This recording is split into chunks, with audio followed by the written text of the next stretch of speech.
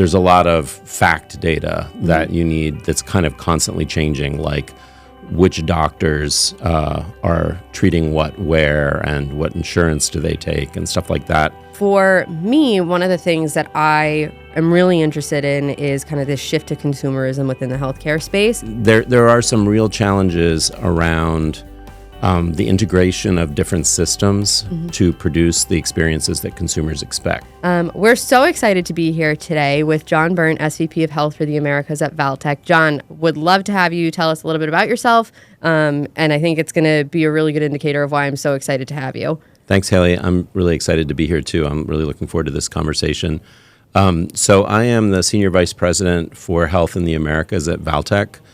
I have about 35 years in digital. I was a first-generation internet entrepreneur and worked on hundreds and hundreds of large web projects and personalization and customer data projects over the years. But the last 20 years, I've been really, really focused on healthcare. And so, of course, really excited about the things that we're doing with Optimizely in healthcare. Yeah. And before we jump in, I really, really just want to thank you and Valtech for the partnership as we've gone through this really exciting era for Optimizely as we've really entered the healthcare and HIPAA space in earnest. So really just want to make it clear that you guys have been a really big driving force in getting us to a ready state, and we're super excited about the partnership and really appreciate the efforts. Yeah, it's been great. Yeah. So I think one of the things that we, as part of this leap into healthcare, obviously HIPAA has been something that has been a driving force for us as we've been developing the platform, getting to a ready state where we can enable provider organizations, pharma organizations to be able to use our tool in a way that aligns with HIPAA standards and regulations. Kind of want to get your take on what you see the opportunity is for the industry now that Optimizely has entered this space. Well, I think that there has been a lot of focus for easily 15 years in healthcare on trying to achieve digital transformations. One of the big challenges has been that despite a lot of money being spent, there's really always been an issue of, I would say, challenges around hiring and getting the teams and being able to support the number of FTEs people need to really do these projects well. So it puts a lot of pressure on the efficiency of the software. One of the things that Optimizely is really known for and that I've always really appreciated it for is it's very popular with teams because it's relatively easy to get to quickly get to really strong results with the platform. So Optimizely obviously hasn't been able to play in this space for a fair amount of time because of the reclassifications of HIPAA that occurred, basically making it so that any kind of behavioral tracking would be considered to be patient healthcare information. So it's great that you guys have put the effort into trying to, make the platform as safe as it can possibly be. I'd love to also just have you explain a little bit about what you've been doing there to make that happen. Yeah, absolutely. So when we thought about HIPAA, it was really about making sure that we didn't just see it as a regulation, but a structural mindset that we had to implement when we were talking about how we were going to design the features and functionalities and controls that we had within our CMS and experimentation platforms. And so for us, HIPAA, it's not a feature, but it actually is kind of the foundational mindset now of how we design these tools. And for us, we've always thought, to your point, we really put a feather in our caps around time to value realization, 100%. Speed, agility. And I think there is this preconceived notion or this myth out there that to be compliant, it means you have to move slowly. And you have to have these really heavy governance frameworks. But for us, the speed and agility paired with that structural mindset of design around what is necessary for HIPAA allows us to still deliver that experience with minimal feature parity to healthcare organizations. Yeah. So we're really excited that we were able to design it that way and take that conservative approach to EPHI while also still being able to have a really solid product that is meant for teams to move quickly. Yeah, 100%. I mean, you're making my point in a sort of a different way, but I think it's the combination of not having to worry about what's happening with regulated data, but also having tools that are really, good to use and easy to use. There is definitely a need for a sort of culture of awareness, and there are I think shared responsibilities between customers and the platforms that they use in relation to HIPAA.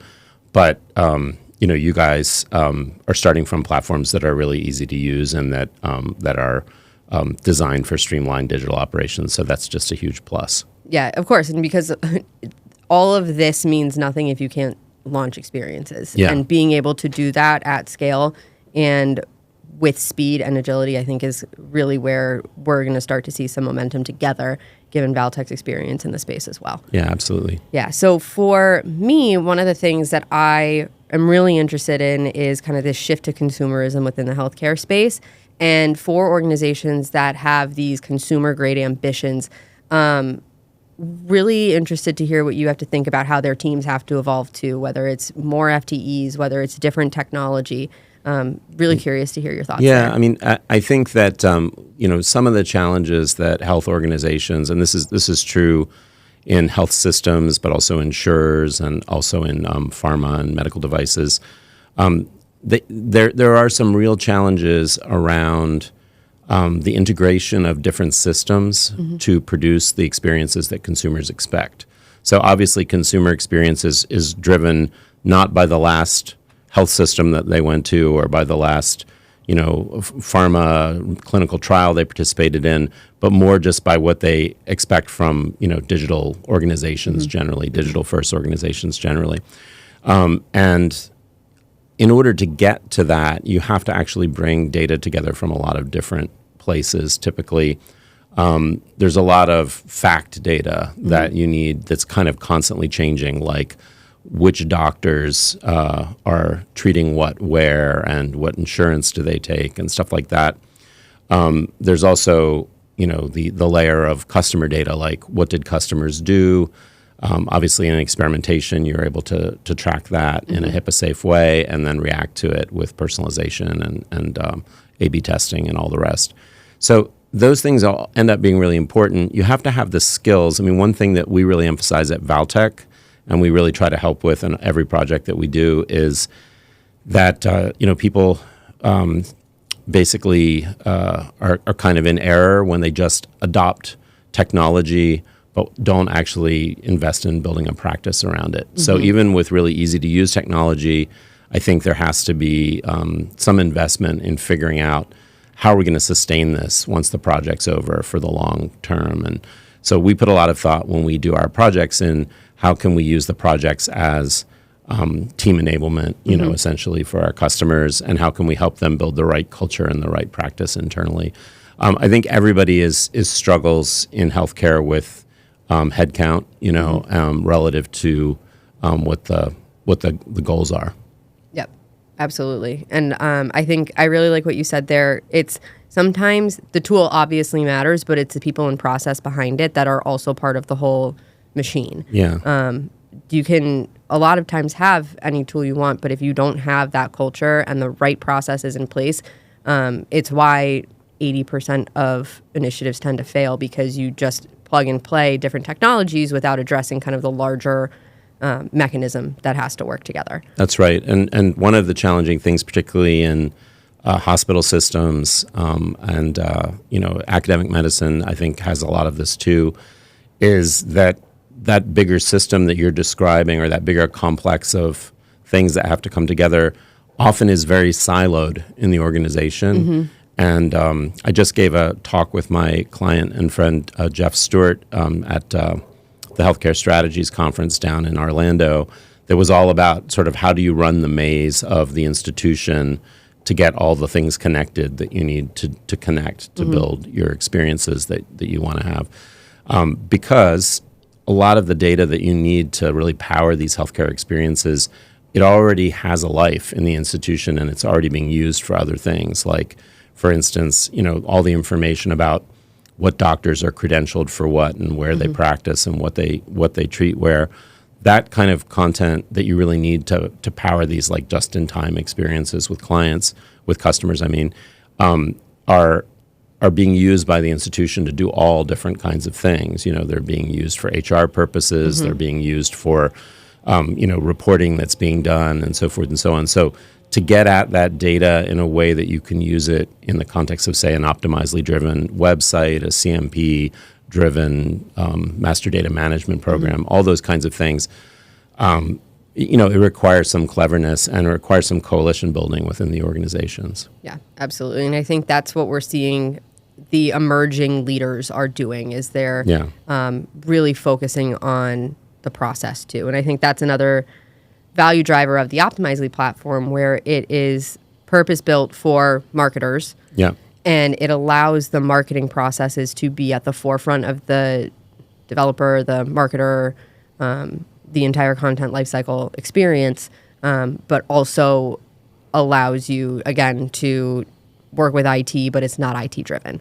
And I think that then allows you to put the right governance and processes and controls in place to be able to leave it at the hands of the marketer and build that culture in the marketing organization rather than just exclusively within IT and they have to follow. Yeah, that makes a lot of sense. I mean, I think where it gets complicated is that in these kind of consumeristic experiences, wherever things become transactional, or even if they're sort of pre-transactional in the sense that, previous interactions with the health system are like what are qualifying you to be able to make a certain kind of appointment or whatever, that always means that there are deep wells of extremely security concern, HIPAA information that you would not want to have passing through like a CMS platform, even if it was one that was sort of HIPAA safe, and a lot of work had been done there. So there end up having to be lots of different ways of integrating these things, and the architectures become important, which then lead to, kind of having to wrestle a little bit with the silos of people who control those systems and so forth. I think what's great about having Optimizely as the front end is it can really support any kind of experience. So it kind of creates this sandbox where you can build the experiences even if all the, the data or other transactional things are not really running through that, but they are all still integrated with it and it still produces an integrated experience. Absolutely. Yeah, so I think kind of to summarize what we just talked about a little bit is that the HIPAA readiness is table stakes. We check that box and we're really excited about it now. But it's not just the tool, it's how you operate on top of it. And I think that's one of the things that we want to be really clear about when we talk about HIPAA in general within the DXP space is our approach to HIPAA readiness is very much, we have gotten our platform to a state that can process that information, and it is something where we have the features, the functionality, the controls, where we can enable these organizations to align with the standards. But investing in Optimizely does not immediately make you HIPAA compliant. It does not absolve you of your regulatory burdens. It really is going to have to be a partnership between Optimizely, our partners, and the organization to make sure that people are using it in a HIPAA compliant way. Yeah, absolutely. I mean, I think that it's important to understand what the edges of the platform are, and the fact that a typical digital estate that was built on Optimizely multiple websites, let's say, for different purposes, it's likely to have custom elements. It's likely to have integrations with other third-party systems. Then there'll be people working on it that are not at Optimizely, that are like the people who are using the platforms. And so you just have to think about what the HIPAA implications are of all of those things, and make sure that there's the right training, and that the people who are doing the development and who are doing the actual marketing work, have all the context of what is considered protected information, how to handle it, and all those. You have to dot those I's and cross those T's every chance you get. Yep. Obsessively. Obsessively, I would say, unfortunately. Yeah. But I think most folks who work in healthcare are aware of that. I mean, you grow up in healthcare thinking that the Health Insurance Portability and Accountability Act is like, it's like it's talking about radioactive material like cesium-126 or something like that. Yeah, it's glowing in neon. Yeah, as well it should. I mean, there's a lot that can go wrong if people's information gets released accidentally. Absolutely. So I think to summarize this episode, I'd really like your biggest takeaway about Optimizely in the space. Sure. Well, I mean, I think that Optimizely has always, in my experience, had a great reputation as a platform that is powerful, flexible, really will support just about any experience. So it's agnostic on the front end about what the experience is, but at the same time is not overbuilt. And that in turn means that even though there's a lot of power there, it's the kind of features that people actually use rather than making things really hard to do because of features that nobody uses. And that has been a problem with some other platforms. So I think the combination of that with the fact that you've really paid attention to the nuances of what's important in the healthcare world, certainly create a very promising situation. I think there's more work to be done always, but it's a great start, and you're kind of moving in a direction where a lot of experiences are going to be powered on Optimizely. Awesome. Love to hear it. Thank you so much. And I think we are going to take a quick break and come back with another episode around experience neutrality and security. So really excited to dive into that next topic. Sounds great. Awesome.